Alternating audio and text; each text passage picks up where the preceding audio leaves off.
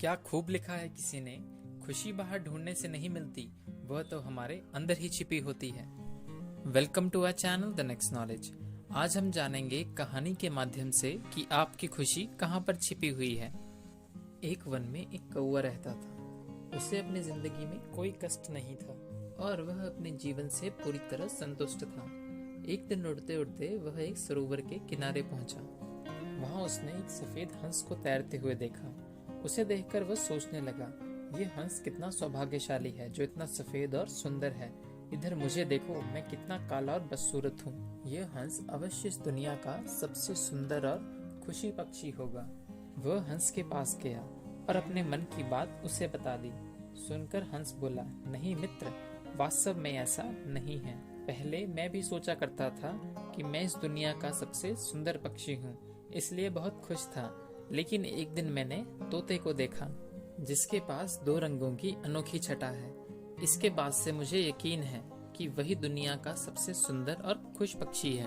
हंस की बात सुनने के बाद कौवा तोते के पास गया और उससे पूछा कि क्या वही दुनिया का सबसे खुश पक्षी है। तोते ने उत्तर दिया, मैं बहुत ही खुशहाल जिंदगी व्यतीत कर रहा था जब तक मैंने मोर को नहीं देखा था, किंतु अब मुझे लगता है कि मोर से सुंदर तो कोई हो ही नहीं सकता, इसलिए वही इस दुनिया का सबसे सुखी और खुश पक्षी है।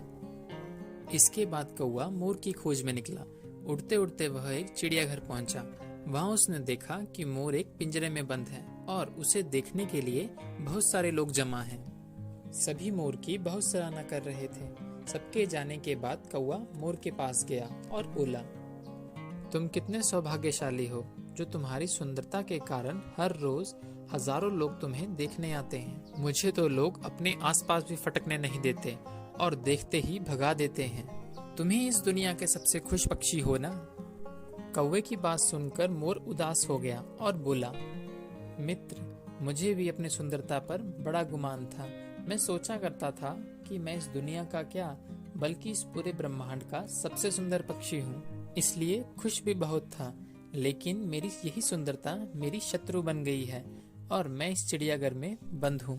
यहाँ आने के बाद, इस पूरी चिड़ियाघर का अच्छी तरह मुआयना करने के बाद मैं इस नतीजे पर पहुँचा हूँ कि कौवा ही एक ऐसा पक्षी है जो यहाँ कैद नहीं है। इसलिए पिछले कुछ दिनों से मैं सोचने लगा हूँ कि काश मैं कौवा होता तो कम से कम आजादी से बाहर घूम तो सकता था और तब मैं इस दुनिया का खुश पक्षी होता। छोटी सी कहानी जो हमें ये सिखाती है कि दूसरों के पास जो है उसे देखकर जलने के बजाय हमें हमारे पास जो है उसके साथ खुश रहना सीखना चाहिए। और अंत में आप सभी को कहना चाहूँगा कि जिंदगी में मेहनत इतनी करो कि जिस दिन भी हारो, जीतने वाले से ज्यादा चर्चे तुम्हारे हों। ऐसी और कहानियों के लिए हमारे चैनल को लाइक, सब्सक्राइब और शेयर करें और नेक्स्ट पार्ट देखने के लिए बेल आइकन दबाना ना भूलें और हमें इंस्टाग्राम पर भी फॉलो करें।